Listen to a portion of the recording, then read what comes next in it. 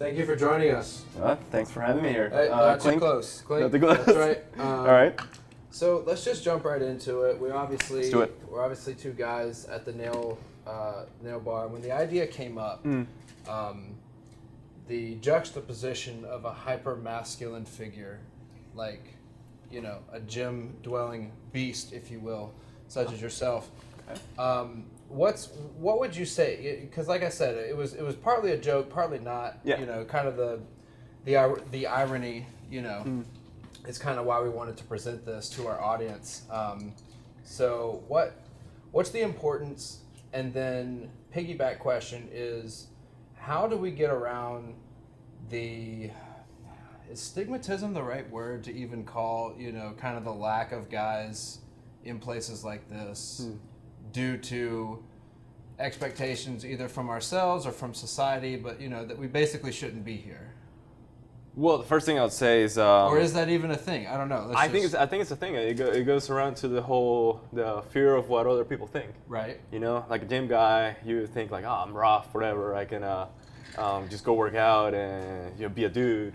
But I mean, you also got to take care of yourself, man. It doesn't really matter if you know, you go get pedicures and manicures. I mean, it doesn't mean that doesn't make you any weaker or any less. You know.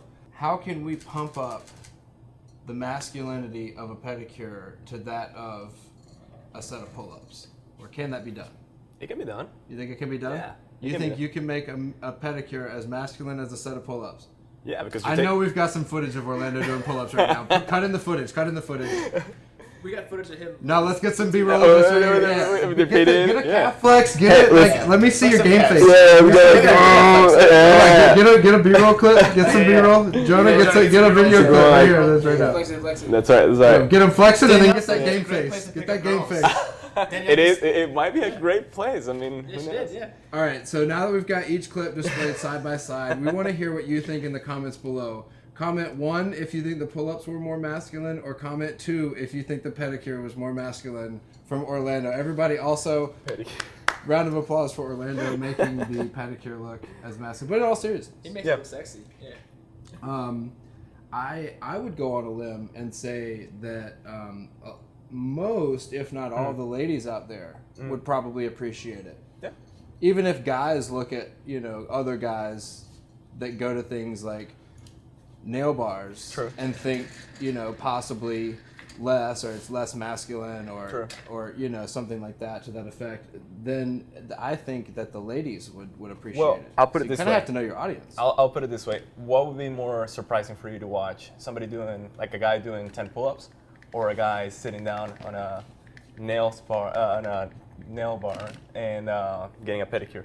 You're going to have a lot of questions to ask, and you're like, why is that guy doing there? That's a fair point. So I find it more surprising because I'll be curious, well, maybe it's a good thing. And I'll tell you this, man, this is the second time that I put my feet in water that has petals of, I don't even know what it is, but it feels great. I think they're rose petals. They look like rose petals. It feels great. My first experience, I got a pedicure, less than 3 months ago, and I loved it. I thought it was great. My feet felt great, everything felt great, and I was like, I should do this more often.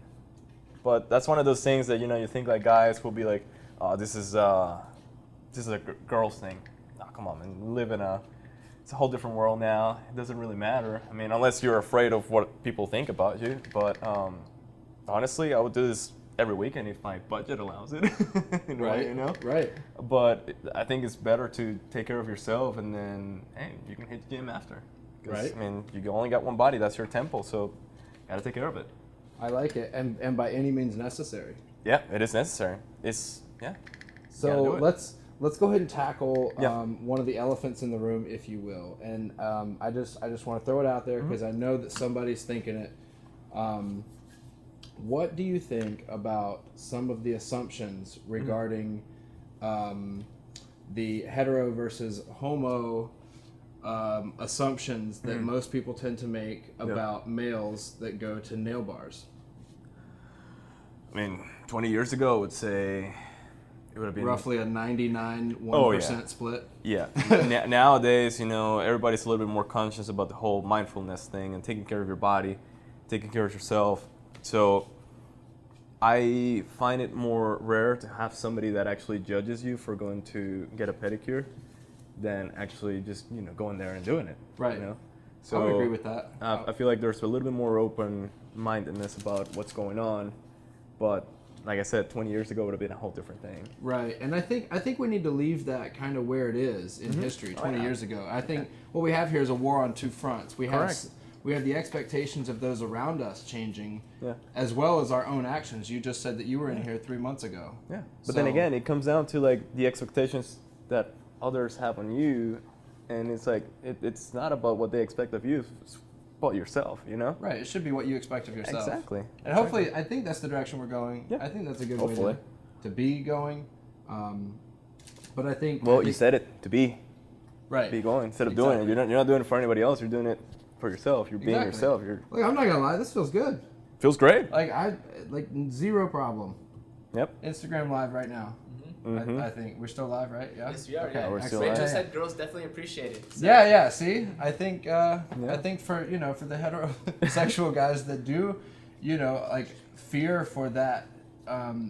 Retribution's the wrong word, but like that judgment or that stigmatism, if that's the right word, then I think we need to be like 100% aware that like there are definitely traits of classic male hygiene where like pretty much we shower daily and that's kind of the limit of our self-care, like put on deodorant like that, and sometimes like this step doesn't even get to, you know what I mean, like very true.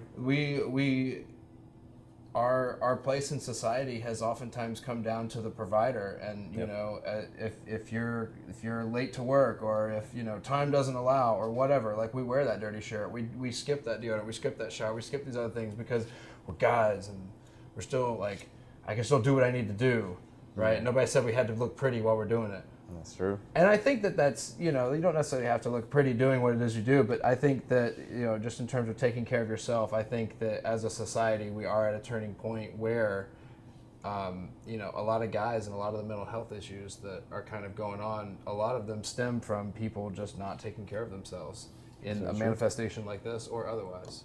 Very true. I mean, you got to take care of yourself. I have a belief that, there's 3 things that you can train. Your mind, your body, and your craft. Okay. When you see guys and they're going to the gym, they're training their body and stuff, but how about their craft and how about their mind? So you think about it, my mind, this is relaxing for me. I feel good, I feel great. If I get a good night's sleep, I feel amazing. My craft, whatever I'm working with, if I do that, great. But is that your job specifically, the craft part that you're talking about?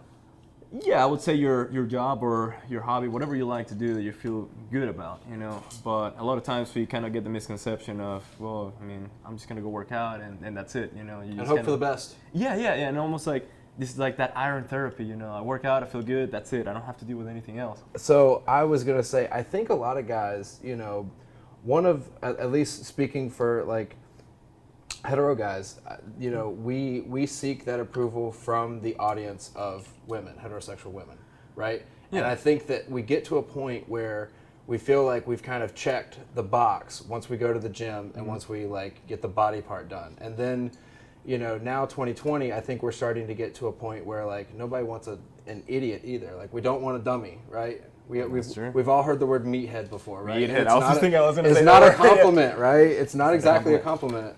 Well, I'll put it this way. I spend a lot of time in the gym, and so when you see guys like working out, you notice that they try to be loud, try to show like, those tank tops and stuff. Like, I want to be as loud as I can be.